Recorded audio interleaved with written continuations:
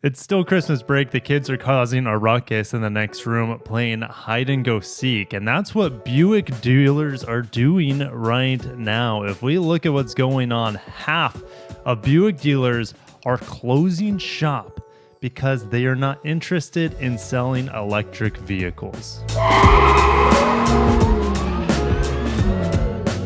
If you're new to the channel, my name's Kirk. I talk about industry auto news. Make sure you subscribe, hit the like button if you want to see more content like this. I never think about Buick. When I see one on the road, I don't see it. I look right past it. That changes a little bit with the Envista, made in Korea, so the build quality is probably better than most General Motors vehicles built in North America, but the Envista is very affordable. It's kind of like the retirement ladies car down here in Florida. It looks pretty cool. It looks like if the Mustang Mach-E and let's say the Toyota Venza had a baby, except it's way cheaper than both of those, and I think it looks pretty good, especially the base model that only comes in at around $20,000 or $22,000. It kind of has these slats that we see in the Honda Vezel overseas. I think it's a cool looking little SUV, and from what I've heard, I haven't driven one, from what I've heard, it's actually really, really good for the money. What's interesting is that Buick has more pull with women than any other brand.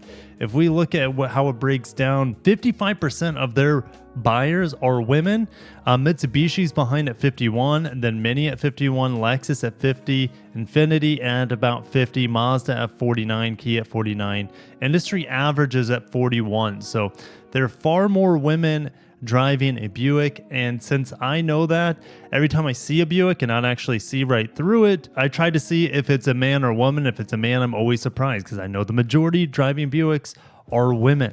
So getting back to this article, half of Buick dealers are taking a buyout from General Motors instead of plowing tons of money in order to train their staff, in order to get charging stations installed at their dealership, in order to get the right equipment installed to service these vehicles, etc. General Motors said on Tuesday it will end the year with about 1,000 dealerships nationwide, 47% fewer than at the start of 2023. And Buick is buying out dealers who do not want to invest not tens of thousands, hundreds of thousands of dollars on tooling, equipment, and training in order to sell and service EVs as the brand goes all electric by the end of the decade.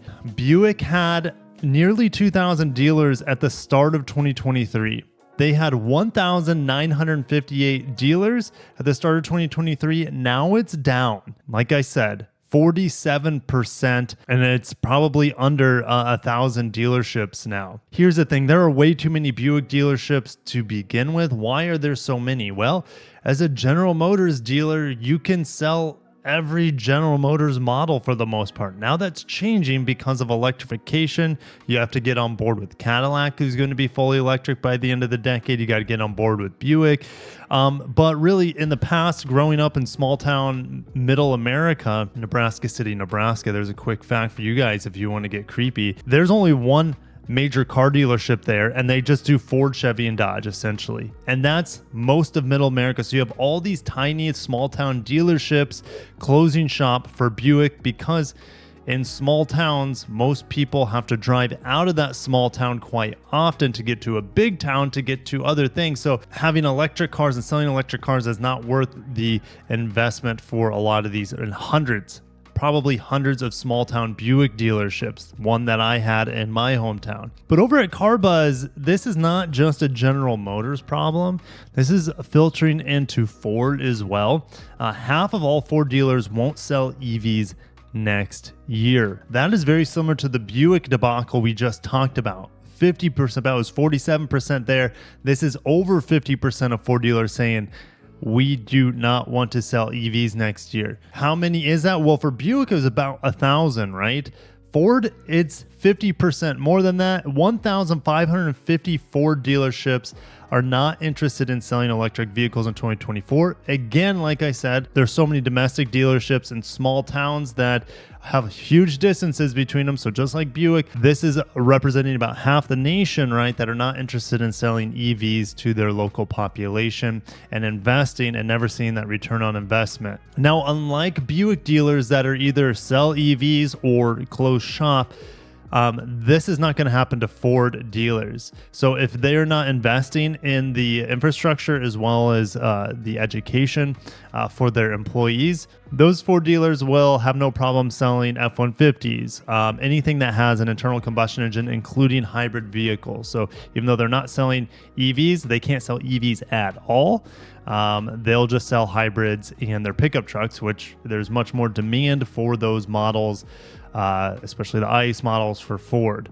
This is what Marty Gunsberg told the Detroit Free Press about this Ford situation. He says, as Ford dealers have completed their own local market assessments, enrollments for 2024 are just over 50% of the network, placing 86% of the population within 20 miles of a Ford dealership that can sell and service a Ford EV. And I would assume the 1,000 remaining Buick dealerships as well is going to be able to service 80+% of the population in the United States within a 20-mile radius or so. Now, what's also developing is that last year at CES, electric vehicles were the buzz. That was the big talk of the show. This year, they've faded to the background, including charging companies as well. Mercedes last year said that they're building their own network at CES. Volkswagen had the ID.7. We had Sony Honda Mobility unveiled the Afeela. Watch my Afeela walk around. Very, very impressive vehicle.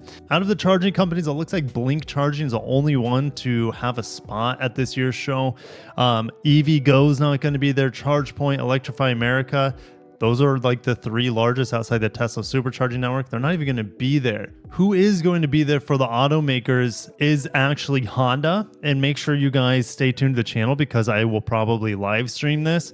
This is happening January 9th. They're going to show a potential lineup of their new Honda e-architecture vehicles. I'm very excited for this. Yes, I do like EVs. I like anything that has wheels. I mean, guys, we all played, well, and maybe girls, we all played with RC cars growing up. Those are all battery electric cars, and those were a good time. And my neighbor boys got a bunch for Christmas, so they're outside all the time playing with the RC cars, and it makes me want to get one, but I'm having a boy soon, my first boy, so I can't wait to drive RC cars, remote RC cars with him one day. But anyways, off topic there. Yes, electric cars I like, and I can't wait for this. So make sure you are subscribed because Honda is going to unveil an EV sedan. It looks like a dustbuster from this angle. They're going to also reveal an EV crossover probably as well. I don't have any embargoed information on this. And typically Honda invites me to stuff. Like, for example, at the end of January, I had to turn down the prologue just to the uncertainty of having a baby boy in January. But I didn't get any invite about CES from Honda, which is surprising because these are huge reveals unless they're more conceptualized. But the thing is, the Afeela car, yes, it's a concept and it's a prototype, and there's only one prototype. I was lucky enough to sit in it in Japan, but that vehicle felt production ready, and I don't think they're going to deviate the design really much at all from what they have now to the production model in 2026.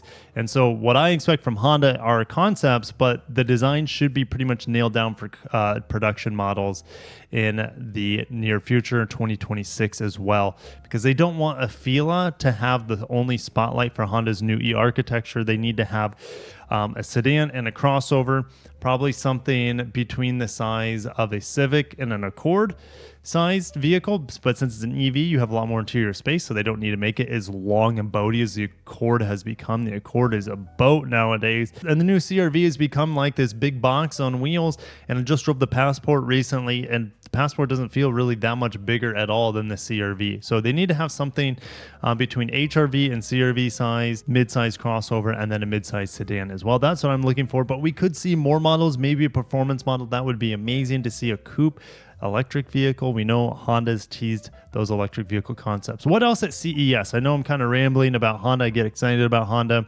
VinFast introduced new EV concept and technology at CES 2024. I guess I'm excited on what they're going to show. They said they're going to show its new mini e-SUV VF3 model. So I hope they bring this to America. Let's Google this real quick, because this is like, if I remember right, this is like the $15,000 electric car that is available In other markets, yeah, it's like a tiny electric Jimny. Now, would it pass safety regulations in America is something else altogether. But there's been reviews going up on VinFast, and make sure to check out like Redline Reviews. He's just able to, my friend Sofian, who's just able to review the VinFast. I believe that it was the VF8 model. That's the only one currently available in America. The VF9 is supposed to be coming out soon, the 3-row crossover. But yeah, this thing would be interesting if it can pass safety regulations and they can sell it for 15 to 20K. They could have something pretty special for a local runabout here in North America. But I'll see you guys down below on Buick closing half of its shops, because half of them in Middle America mostly likely are not interested in selling EVs to their local population. For lots of different reasons. Ford also closing shop and shutting the door in electrification for half of its dealerships, while that half can still sell hybrids and pickup trucks and typical Mustangs, that sort of thing. But anyways, guys, I'm going to shut down there. Lots to talk about in this video, lots of opinions to be heard and shared, and I'll see you guys in the next year. Happy New Year if you're watching this in 2024, and happy holidays if you guys are still hanging on in 2023. Thank you for watching. Appreciate you. Have a great day, and peace.